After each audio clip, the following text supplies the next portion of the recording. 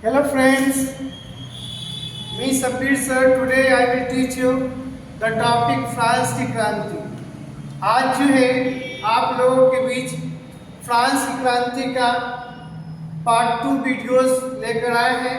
That video is very important for your upcoming BPSC TRE4 examinations, है ना। आपके आने वाले जो एग्जामिनेशंस हैं टीचर्स का, उसमें बहुत ही बड़ा जो है इस टॉपिक का योगदान होता है, क्योंकि देखा जाता है कि वर्ल्ड हिस्ट्री से कम 4 से 5 क्वेश्चंस जो है आपको देखने के लिए मिला है। ऐसा नहीं TRE3 में नहीं आया तो मतलब TRE4 में नहीं आएगा, इसलिए जो है आप इन सारे टॉपिक को देख के ही एग्जाम में जाइएगा, आपके लिए जो है बहुत ही बेनिफिट होगा। सो आइए लेट्स स्टार्ट दिस पॉइंट। पहला पॉइंट करा है 2 treatises of government. 2 treatises of government जो है एक पुस्तक लिखा गया था जॉन लॉक के द्वारा, और इन्होंने यह पुस्तक क्यों लिखा, क्योंकि फ्रांस जो था में एक निरंकुश राजा था, स्वेच्छाचारी राजा था, वह अपनी इच्छा के अनुसार ही शासन करता था, क्योंकि फ्रांस में राजतंत्र था, जनतंत्र नहीं था। ठीक है, तो ये लोग क्या थे, ये लोग शिक्षित वर्ग से आते थे, दार्शनिक थे, है ना। ये लोग समाज को जो है राजा के चुंगल से बचाने के लिए जो है ना, समाज के बीच जो है, यानी समाज के बीच जो है इन्होंने जो है अपने पुस्तक के माध्यम से, अपने लेख के माध्यम से जो है समाज को जागृत करने का काम किया। इन्होंने ये जो पुस्तक लिखा 2 treatises of government, 2 treatises of government में इन्होंने राजा की शक्ति, राजा अपने आप को एक दैवीय शक्ति के रूप में जो है मानता था, बोलता था कि हम भगवान का ही क्या है, यानी भगवान रूपी है, यानी प्रजा जो है हमारी क्या करे, पूजा करे, है ना। अपने आप को बलवान समझता था, सोचता था क्या कि मैं बहुत बड़ा शक्तिशाली हूँ, है ना, और मैं क्या हूँ, भगवान के बराबर हूँ। तो उसमें उन्होंने खंडन किया राजा के दैवीय और निरंकुश अधिकार कि देखिए किस प्रकार से राजा जो है प्रजा को किस तरह से जो है, राजा का एक कर्तव्य होता है कि प्रजा की देखभाल करना, प्रजा को सारी सुविधाएं देना, लेकिन ये राजा उस तरह से जो है फ्रांस में काम नहीं कर रहा था, प्रजा इनसे काफी दुखी थे। तो इन्होंने जो है अपनी पुस्तक के माध्यम से जो है समाज को जो है ये बताने की कोशिश किया, और उस पुस्तक का नाम जो था 2 treatises ऑफ गवर्नमेंट, जिन्होंने जॉन लॉक ने लिखा था। तो ये पॉइंट आप रिमाइंड कर लीजिएगा, बहुत ही इंपॉर्टेंट पॉइंट, आपसे क्वेश्चन पूछ सकता है कि 2 treatises ऑफ गवर्नमेंट पुस्तक किनके द्वारा लिखा गया, तो याद रखिएगा जॉन लॉक। और इसमें पूछा भी जा सकता है कि 2 treatises ऑफ गवर्नमेंट जो पुस्तक जॉन लॉक के द्वारा लिखा गया, इसमें क्या बताया, तो याद रखिएगा इस पॉइंट को, इसलिए इसको भी हमने लिख दिया है कि राजा के दैवीय और निरंकुश अधिकारों के सिद्धांत का खंडन किया गया इस पुस्तक में, ताकि समाज जो है अधिक से अधिक इस चीज़ों के बारे में समाज जान सके। उसमें जो है समाज में जो है समाज को जागृत करने के लिए इन्होंने कोशिश किया अपनी किताब के माध्यम से, क्योंकि हम पहले भी बता चुके थे कि फ्रांस में जो है क्या था कि प्रेस की स्वतंत्रता नहीं था, व्यक्ति को बोलने का अधिकार नहीं था, लिखने का अधिकार नहीं था। लेकिन ये लोग जब फ्रांस की क्रांति की जब शुरुआत हुई तो ये लोग जो है मतलब उसमें एक बहुत बड़ा रोल निभाया, है ना।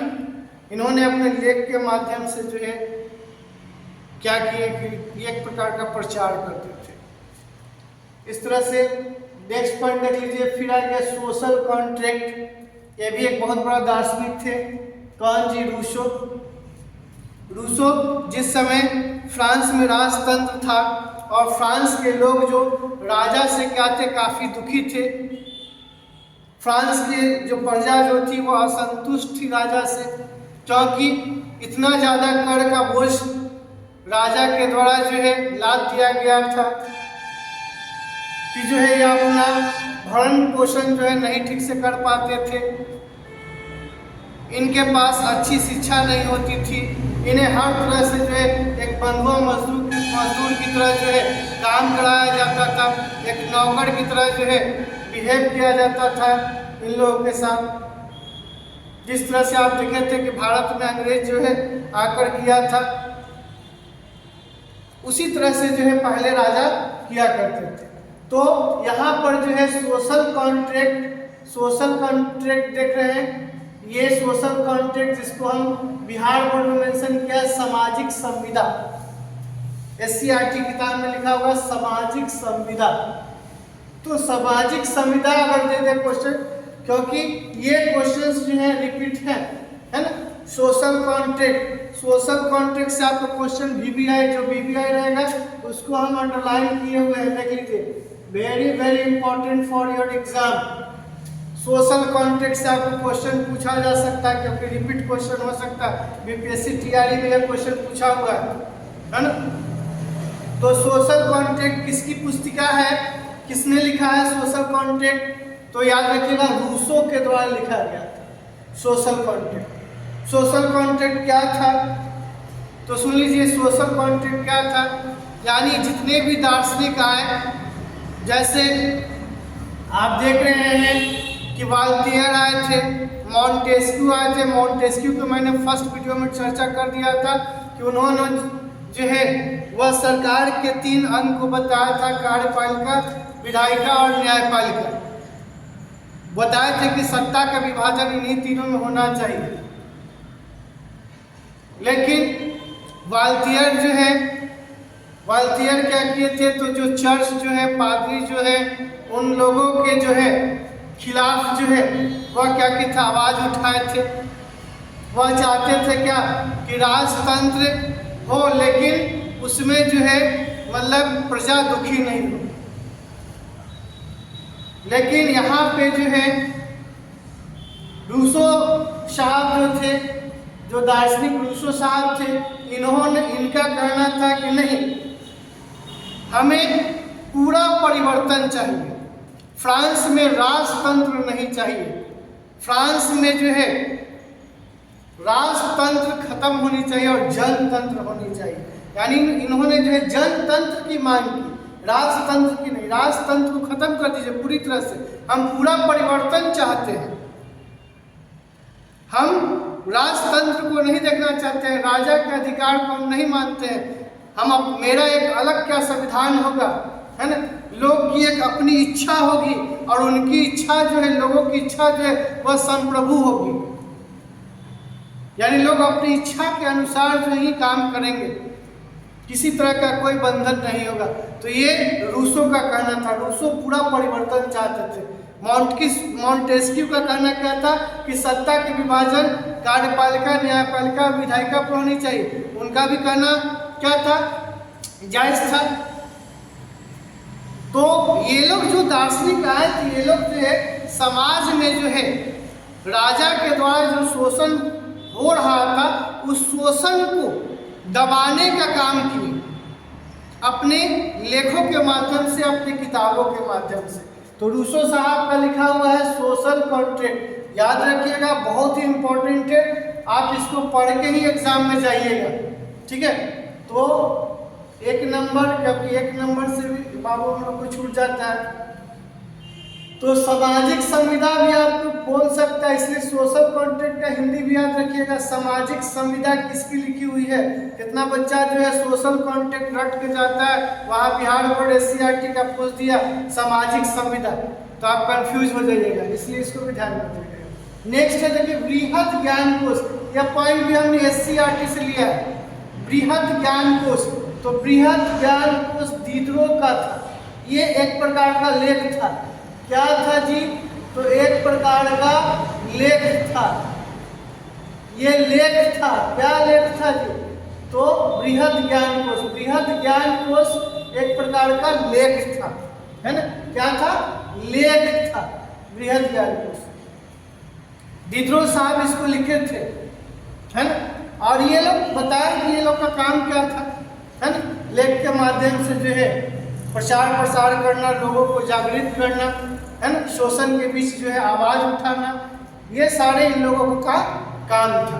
ठीक है, तो दिद्रोह साहब का लिखा हुआ लेख था बृहद ज्ञानकोश। ये क्या था कि फ्रांसीसी क्रांतिकारियों की विचार को जो है उत्पन्न करता था। किसका जी? तो फ्रांसीसी क्रांतिकारी, जितने भी फ्रांसीसी क्रांतिकारी थे, फ्रांसीसी क्रांतिकारी के विचार, फ्रांसीसी क्रांतिकारी के विचार को बतलाता था यह बृहद ज्ञानकोश। एक प्रकार का लेख था, SCERT से लिया गया। ठीक है, नेक्स्ट पॉइंट है स्टेटस जनरल। स्टेटस जनरल का हम फर्स्ट वीडियो में भी चर्चा किए कि स्टेटस जनरल बहुत पहले से ही था। आप देखे थे एक बार 1675 में, उसके बाद जो है लगभग जो है 175 वर्ष तक जो है इसकी कोई बैठक ही नहीं हुई थी, है ना।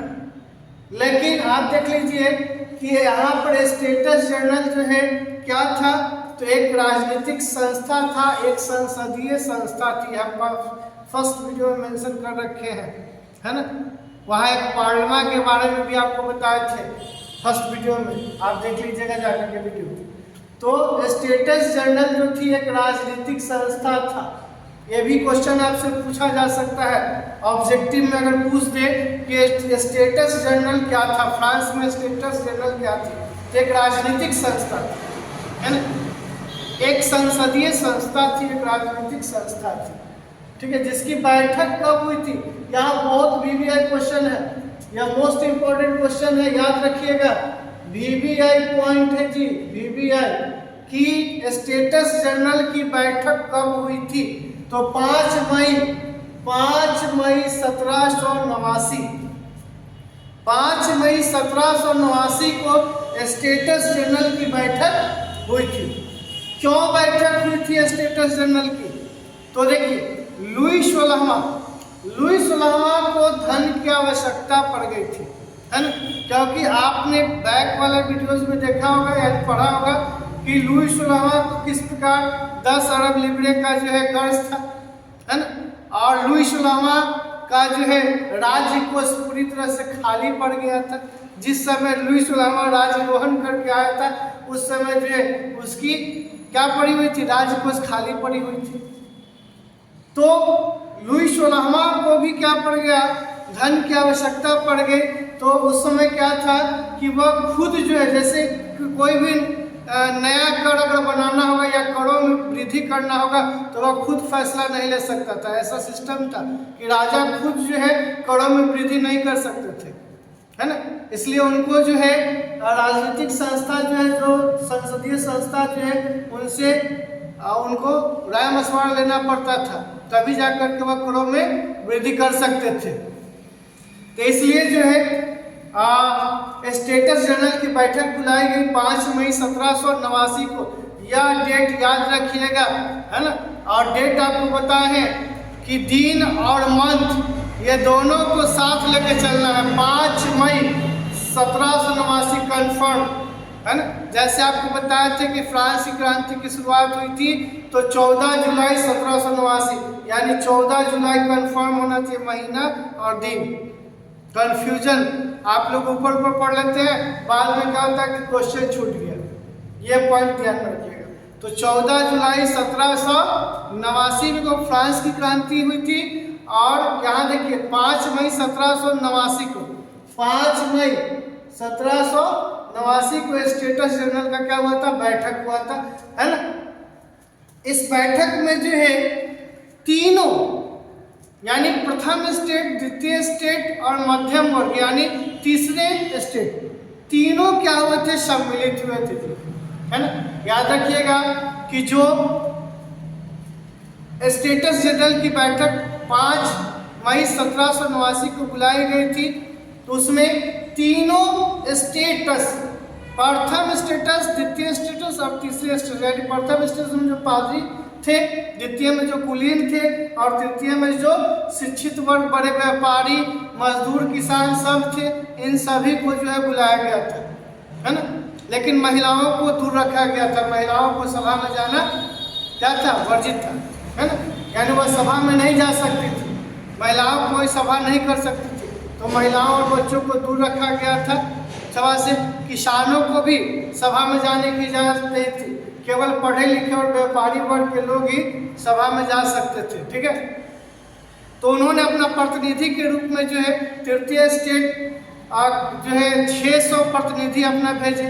प्रथम स्टेट और द्वितीय स्टेट में 300 प्रतिनिधि गए। वहाँ पर जब बैठक हुई तो बैठक आप जान रहे थे क्यों हुआ था, तो बैठक देखिए नए करों की अनुमोदन के लिए, करों में वृद्धि के लिए। तो नए करों की अनुमोदन के लिए कौन भाई, तो पहले ही सिस्टम बता दिए कि राजा खुद फैसला नहीं ले सकता था। कर में अगर कोई वृद्धि करना है, बढ़ोतरी करना है, तो राजा अकेले नहीं फैसला ले सकता था। तो इसलिए जो है उसको स्टेटस जनरल ही क्या कर सकती थी, फैसला ले सकती थी, है ना। तो इसलिए जो है स्टेटस जनरल का बैठक बुलाया गया था। इसमें तीनों जो है बैठक में शामिल हुए। तो नए करों के अनुमोदन के लिए 5 मई 1789 को स्टेटस जनरल की बैठक बुलाई गई थी। वेरी वेरी इंपॉर्टेंट, ठीक है। तो क्या हुआ था कि पादरी वर्ग, कुलीन वर्ग, इन लोगों का भी 300 प्रतिनिधि ये लोग भी भेजे। तृतीय वर्ग के लोग जो थे प्रतिनिधि के रूप में 600 लोग जो है प्रतिनिधि के रूप में भेजे, है ना। और यहाँ क्या हुआ सिस्टम कि कर की वृद्धि थी, इसलिए स्टेटस जनरल बुलाया गया था।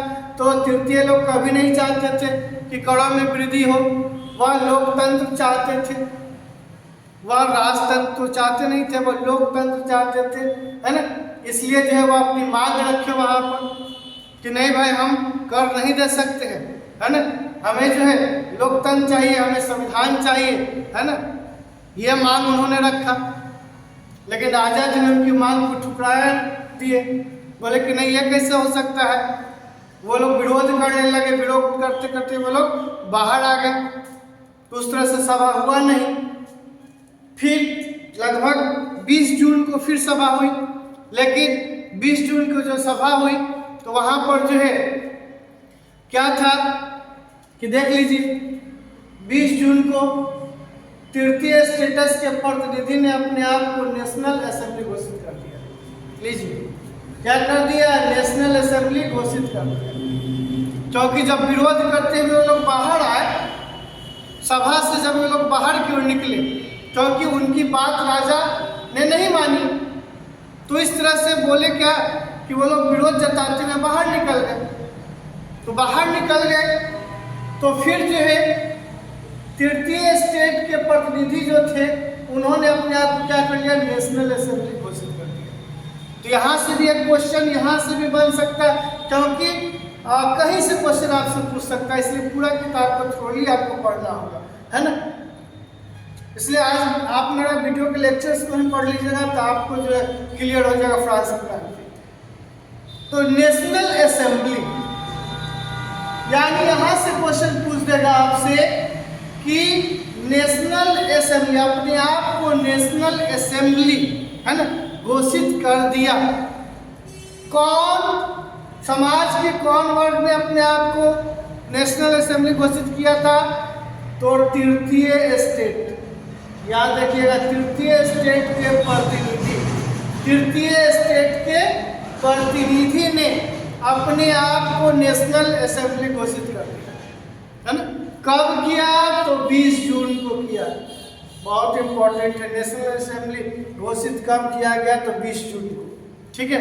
किसने किया था, तो तृतीय स्टेट के प्रतिनिधि ने। अब देखिए इनका साथ कौन दे रहा था जी, तो साथ उन्हीं के लोग दे रहे थे, है ना।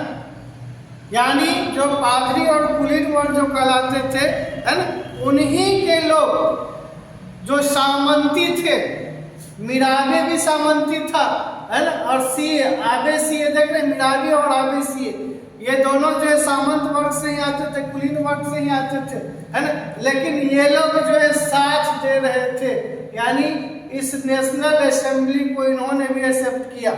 बोला कि नहीं, ये लोग सामंतवादी विचार के नहीं थे, है ना, ये नहीं चाहते थे, ये विरोध करते थे।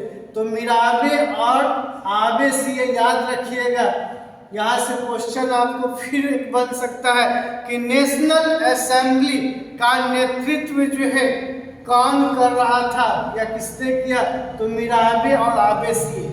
ओके, नेक्स्ट पॉइंट ये देखिए, ये भी बहुत इंपॉर्टेंट है। यहाँ इसका हर पॉइंट आपके लिए इंपॉर्टेंट है क्योंकि हम पॉइंट वाइज इसको बनाए हैं। पैम्फलेट देख लीजिए, इसको याद रखिएगा। पैम्फलेट अगर पूछ देगा कि पैम्फलेट जो है किसने लिखा था, देखिए पैम्फलेट किसने लिखा था, तो मिराबे और आबे सी। मिराबे और आबे सी नहीं, पैम्फलेट लिखा था। ये पैम्फलेट क्या था जी, तो प्रचार करने वाला था, है ना, यानी प्रचार इससे किया जाता था पैम्फलेट से। इन्होंने पैम्फलेट को लिखा था और लोगों के बीच में जो है बांट दिया था। ठीक है, नेक्स्ट पॉइंट देख लीजिए, बहुत इंपॉर्टेंट है। नेक्स्ट पॉइंट, बास्तिल कारागृह पर हमला कब किया गया, क्वेश्चन आपसे पूछा जा सकता है बीपीएससी टीचर में कि बास्तिल कारागृह पर हमला कब किया गया, तो 1789, तो आपको याद रहेगा 14 जुलाई 1789 को, क्योंकि क्रांति की शुरुआत यहीं से हुई थी, है ना, याद रखिएगा। 14 जुलाई 1789 ईस्वी को जो है, जो क्रांतिकारी जो थे, जो आगे सीए के नेतृत्व में जो क्रांति कर रहे थे, है ना, इन्होंने क्या किया, इन्होंने बास्तिल, यानी ये लोग जो है पेरिस की तरफ कूच कर गए, है ना, यानी जनमत संग्रह बना। और ये क्रांतिकारी जो रेवोल्यूशनरीज जो थे, इन्होंने क्या किया, पेरिस की तरफ कूच कर गया, क्योंकि आप जान रहे थे कि समाज में काफी ज्यादा असंतोष था। फ्रांस के जो प्रजा जो थी वह त्राही कर रही थी, है ना, क्यों भाई, क्योंकि महंगाई बहुत ज्यादा था, पाव रोटी की कीमतों में उछाल काफी ज्यादा था, महंगाई काफी ज्यादा था, है ना। तो ये सब, और साथ ही साथ जो है बोलने की स्वतंत्रता नहीं थी, भाषण देने की स्वतंत्रता नहीं थी, एकजुट होकर के एक सम्मेलन करने की नहीं थी, मत देने का नहीं था अधिकार। तो यही सब कारण था, ये सब पेरिस की ओर कूच किए और एकाएक जो है पेरिस पर हमला कर दिया। लगभग 4 घंटे के बाद जो है पेरिस के द्वार को तोड़ा गया और क्रांतिकारी लोग जो है अंदर घुस गए और जेल में जो अधीक्षक होता है, जेल कमांडर, उसकी हत्या कर दिए। वहां से 7 कैदी को भी छुड़ा लिए, है ना। पूरी तरह से जो है बास्तिल कारागार जो था, जो एक प्रतीक था राजा का निरंकुश होने का, है ना, उसको इन्होंने हमला करके उसको निस्तो नाबूद कर दिया। पूरी तरह से उसको जो है तोड़ दिया। उसका एक एक ईंट को जो है इन्होंने बेच डाला, है ना, और वहां से हथियार भी ये लोग क्या कर लिए, लूट लिए। ये घटना थी बास्तिल का, यानी पूरे बास्तिल को घेर लिया गया था इनके द्वारा। तो इस तरह से बास्तिल पर कारागृह पर हमला बोल दिया गया और बास्तिल को क्या कर दिया गया, निस्तो नाबूद कर दिया गया, है ना। 14 जुलाई 1789 को किसके द्वारा, क्रांतिकारियों के द्वारा। अभी आपको पॉइंट हम बताएं, है ना। नेक्स्ट पॉइंट है, फ्रांस में जुलाई को स्वतंत्रता दिवस मनाया जाता है। बहुत ही इंपॉर्टेंट है, VVI याद रखिएगा, वेरी वेरी इंपॉर्टेंट, है ना। आपसे पूछ सकता है कि फ्रांस में स्वतंत्रता दिवस कब मनाया जाता है, तो यह बहुत इंपॉर्टेंट क्वेश्चन है। 14 जुलाई याद रखना है कि फ्रांस में स्वतंत्रता दिवस 14 जुलाई को मनाया जाता है। That's clear. नेक्स्ट पॉइंट, 1791 में देख लीजिए, 1791 में नेशनल असेंबली ने संविधान का प्रारूप तैयार कर लिया, जिसमें शक्ति के पृथक्करण को अपनाया गया। यानी 1791 में क्या हुआ, तो संविधान का प्रारूप बनाया गया। क्योंकि आप देखे थे कि ये लोग नहीं माने थे। जब स्टेटस जनरल की बैठक बुलाई गई थी तो उसमें ही ये लोग मांग कर दिए थे कि हमें भाई लोकतंत्र चाहिए, हमें संविधान चाहिए, है ना।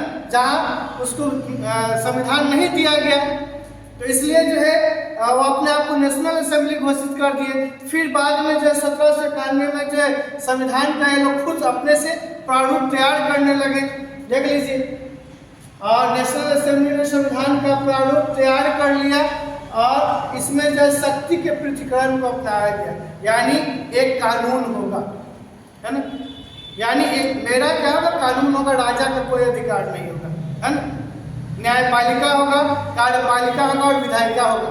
ठीक है, इस तरह का जो है प्रारूप बनाया गया। तो नेशनल असेंबली ने संविधान का प्रारूप कब तैयार कर लिया था, तो that's very important, 1791 BBI point. यहाँ भी BBI पॉइंट बताएं, 14 जुलाई को स्वतंत्रता दिवस फ्रांस में मनाया जाता है। 1791 में नेशनल असेंबली ने संविधान का प्रारूप तैयार कर लिया था, जिसमें शक्ति का पृथक्करण को उन्होंने अपनाया था। यहाँ से क्वेश्चन पूरा बन सकता है। ठीक है, कानून बनाने का अधिकार, यहाँ भी पॉइंट देख लीजिए, कानून बनाने का अधिकार किसको मिला था, तो कानून बनाने का अधिकार जो है नेशनल असेंबली को मिला था। ये भी पॉइंट याद रखिएगा। ठीक है, नेक्स्ट पॉइंट देख लीजिए, सभी को मत का अधिकार नहीं था, सभी को मत का अधिकार नहीं था। सही बात था, 1791 में जो संविधान बना और संविधान में नेशनल असेंबली को मिला कानून बनाने का अधिकार, तो नेशनल असेंबली को प्रत्यक्ष रूप से जो है प्रत्यक्ष रूप से चुना जाता था, तो उसमें जो है जितने भी अमीर लोग जो थे, है ना, उनकी मनमानी चली थी, है ना, उसमें जितने भी गरीब लोग थे, मजदूर लोग थे, किसान लोग थे, है ना, उनको जो है वंचित कर दिया गया था, उनको मत देने का अधिकार नहीं था। जो कर के श्रेणी में उच्चतम कर के श्रेणी में होते थे, है ना, यानी जो करदाता उच्चतम श्रेणी के होते थे और जिनकी आयु 25 वर्ष होती थी, और उसमें भी केवल पुरुष। तो याद रखिएगा कि 1791 में जो संविधान का प्रारूप तैयार किया गया था, उस संविधान के प्रारूप तैयार जो किया गया था और नेशनल असेंबली को कानून बनाने का अधिकार मिला, तो उसमें भी क्या हुआ, उसमें भी धांधली हुआ, है ना, उसमें भी गरीब लोग को वंचित कर दिया गया, अमीर लोग को ही डाला गया। ठीक है, तो यहाँ देख लीजिए, केवल 25 वर्ष के पुरुष करदाता की उच्चतम श्रेणी में होंगे, करदाता की उच्चतम श्रेणी में केवल 25 वर्ष के पुरुष ही होंगे। तो इस ये पॉइंट भी बहुत इंपॉर्टेंट है कि जब संविधान का प्रारूप तैयार किया गया था उस समय, है ना, मत देने का अधिकार किसको था, तो जो कर दाता की श्रेणी में क्या थे, उच्च थे, उन्हीं को केवल था। ठीक है, नेक्स्ट पॉइंट देखिए, फ्रांस की राष्ट्रीय गीत मार्सिले था, जिसे राजेट द लाइन लिखा था। यानी फ्रांस का अगर आपसे क्वेश्चन पूछ दे बीपीएससी टीआरई में कि फ्रांस का राष्ट्रगान क्या था, तो याद रखिएगा Marseille, that's very important. France का राष्ट्रगान मार्सिले था, जिसको लिखा था राजेट द लाइन, है ना, राजेट दी, देखिए राजेट द लाइन, ये भी याद रखिएगा। किसने लिखा था फ्रांस का राष्ट्रीय गीत को, किसने लिखा था, क्वेश्चन पूछ देगा, बीबीआई है ना, तो हमने सब पॉइंट बीबीआई ही लिखा है। ठीक है, एससीईआरटी और एनसीईआरटी मिक्स है इसमें। तो राजेट द लाइले ने लिखा था क्या जी, मार्सिले गीत, जो फ्रांस का राष्ट्रगान बना था। ये भी बहुत ही इंपॉर्टेंट है। ये राष्ट्रगान कब हुआ, ये पेरिस में जब कूच किया था क्रांतिकारी ने, है ना, तो सैनिकों पर भी तो प्रॉब्लम था उस समय। सैनिक भी क्या, सैनिक लोग जो थे वो भी असहज महसूस कर रहे थे, राजा के सैनिक लोग, यानी जो किसान लोग होते थे उसको भी क्या किया जाता था, जबरन जो है बहाल कर दिया जाता था, है ना, कम वेतन पर बहाल कर दिया जाता था। ठीक है, तो वो लोग भी सैनिक के रूप में थे पहले से, है ना। और ये पैम्फलेट छपा पूरे यूरोप में जो है ये फ्रांस क्रांति गूंज उठी थी, याद रखिएगा। तो यहाँ मार्सिले गीत था राष्ट्रीय गीत, राजेट द लाइन, ये गाया गया था फ्रांस में, सैनिकों के द्वारा गाया गया था, याद रखिएगा। और ठीक है, लिखा कौन था, राजेट द लाइन लिखा था। नेक्स्ट देखिए जैकोबिन क्लब, जैकोबिन क्लब से भी क्वेश्चन पूछता है कि जो जैकोबिन क्लब का नेता कौन था, तो याद रखिएगा जैकोबिन क्लब का नेता जो था मैक्सिमिलियन रॉबेस्पियर, मैक्सिमिलियन रॉबेस्पियर। देख लीजिए, जैकोबिन क्लब का नेता मैक्सिमिलियन रॉबेस्पियर था। जैकोबिन क्लब का नेता कौन था? Maximilian Robespierre. जैकोबिन क्लब क्या थी जी? तो जैकोबिन क्लब भी क्या था कि उसमें भी छोटे छोटे दुकानदार जो लोग थे, जो घड़ी बनाने वाले लोग थे, जो नौकर थे, जो दिहाड़ी मजदूर थे, है ना, जो छोटे छोटे वर्ग के लोग थे, है ना, वो शामिल थे जैकोबिन में, है ना। जैकोबिन एक क्या था? एक संस्था था, भूतपूर्व संस्था था, है ना, कॉन्वेंट का, ठीक है, फ्रांस में। तो जैकोबिन क्लब में जो है एक मेंबर के रूप में ये लोग थे, इसमें शामिल थे, है ना। इनका नेतृत्व कौन कर रहा था? मैक्सिमिलियन रॉबेस्पियर, ठीक है, मैक्सिमिलियन रॉबेस्पियर इनका नेतृत्व कर रहे थे। तो जैकोबिन क्लब्स के सदस्य के रूप में कौन कौन थे? तो छोटे दुकानदार, ठीक है, घड़ी साज यानी घड़ी बनाने वाले, मोची जूता सीने वाले, है ना, नौकर, इसके अलावा मजदूर, दिहाड़ी मजदूर, ठीक है, जिसको वेतन नहीं मिलता था, कम वेतन मिलता था, है ना, दिन भर काम कराया जाता था, ठीक है, उस तरह के मजदूर, ये सारे लोग इसमें क्या हुए? शामिल हुए, ठीक है। और इसका नेतृत्व रॉबेस्पियर कर रहे थे। और यही जो है, यही जैकोबिन क्लब जो है ने क्या किया? जैकोबिन क्लब में जो रॉबेस्पियर थे, इनका भी बहुत बड़ा योगदान था। जो आप देखे थे 1791 में जो संविधान का जो प्रारूप तैयार किया गया था, जिसमें हम बताए थे कि जो गरीब तबके के लोग थे उनको वंचित कर दिया गया था और अमीर को इसमें डाला गया था। तो इन्हीं लोगों का ये क्या किए थे? विरोध किए थे। कौन? जैकोबिन क्लब के नेता रॉबेस्पियर। इनका कहना था कि जो है संविधान जो बनाया गया है, यानी 1751 में जो प्रारूप तैयार किया गया संविधान, ये गरीबों का नहीं है, ये अमीरों के लिए है ना। तो इनका इन्होंने विरोध किया था, ठीक है, क्योंकि राजतंत्र में ही संविधान बना हुआ था, पूरी तरह से लोकतंत्र था नहीं, गणतंत्रात्मक नहीं था फ्रांस। संविधान बनने का मतलब क्या? कि पूरी तरह से लोकतंत्र आना चाहिए। तो आगे से ये जो है क्या बोलते हैं, जैकोबिन क्लब के नेता जो है रॉबेस्पियर साहब, इन्होंने क्या किया? एक आतंक का राज जो है उत्पन्न किया फ्रांस में। क्या, किस तरह से? तो ये हमला करना जो है शुरू कर दिया, क्योंकि आप देख रहे थे पाव रोटी की कीमतों में उछाल थी उस समय काफ़ी ज़्यादा। लोग जो है खाने के लिए लोग पर क्या हो गए थे? आफत पड़ गए थे, है ना। उपभोग की वस्तुएं जो है पर कर ज़्यादा थी, ये सारा मामला था।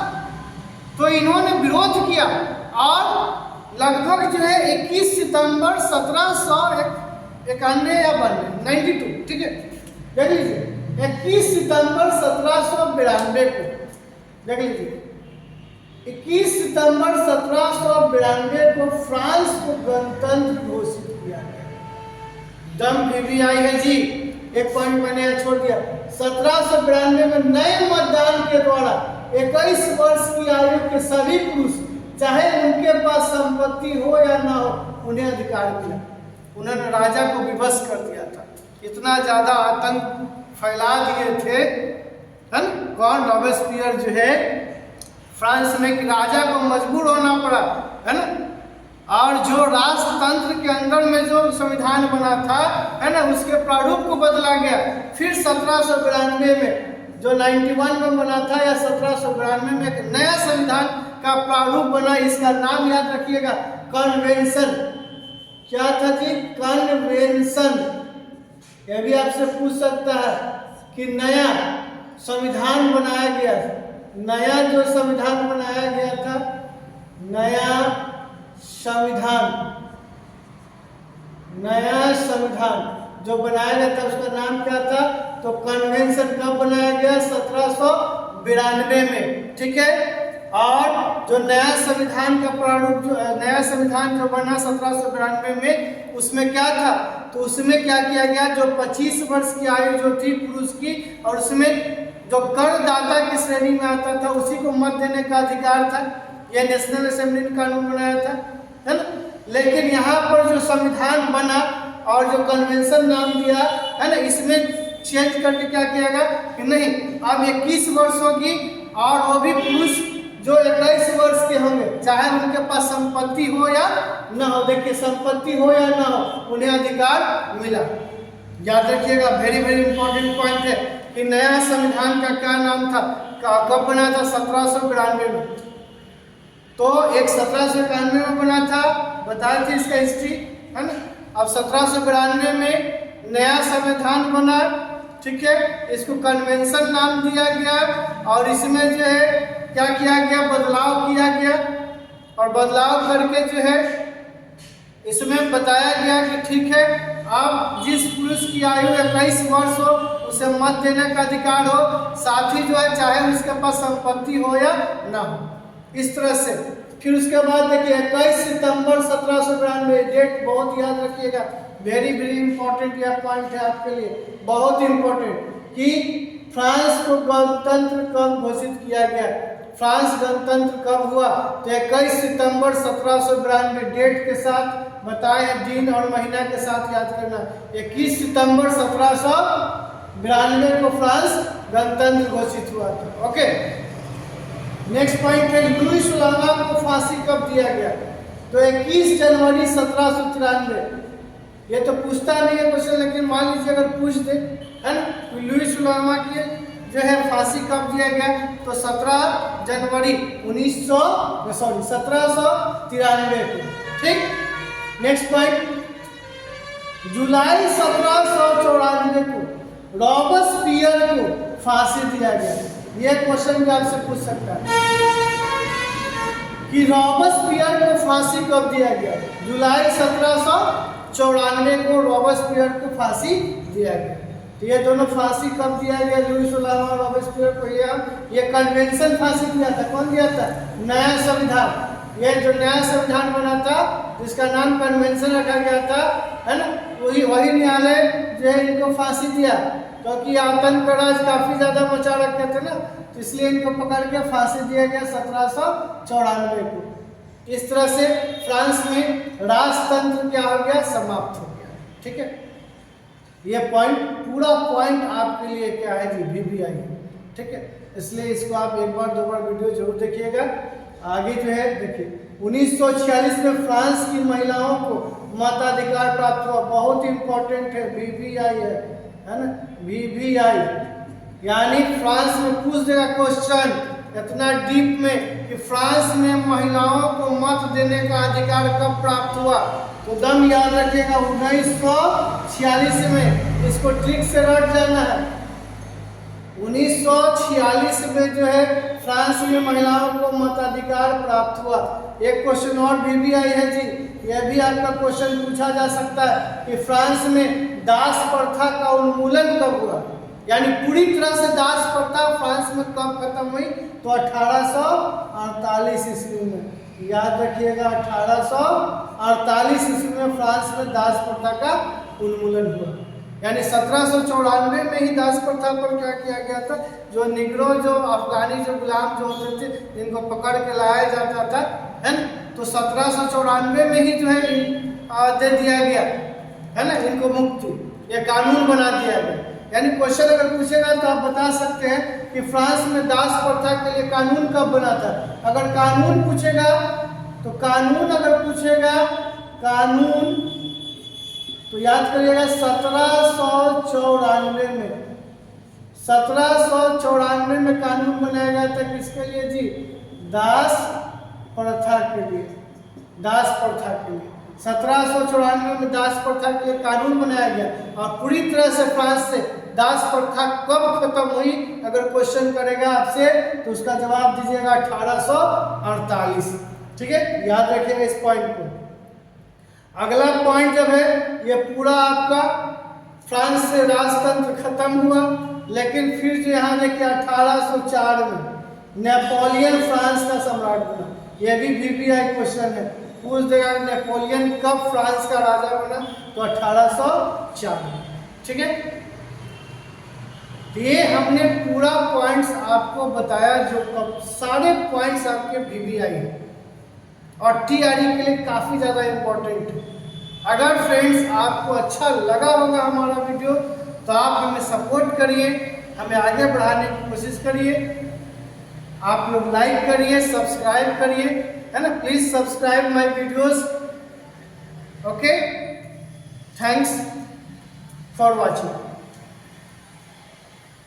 नेक्स्ट टॉपिक में हम थोड़ा सा और बच गया फ्रांस की क्रांति, थोड़ा सा टॉपिक है, ज़्यादा नहीं है, जिसमें नेपोलियन के बारे में हम थोड़ा बहुत पढ़ेंगे, है ना।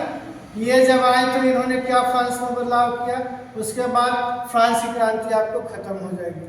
उसके बाद फिर हम नेक्स्ट टॉपिक लेकर आएंगे वीडियो, ठीक है। Thank you.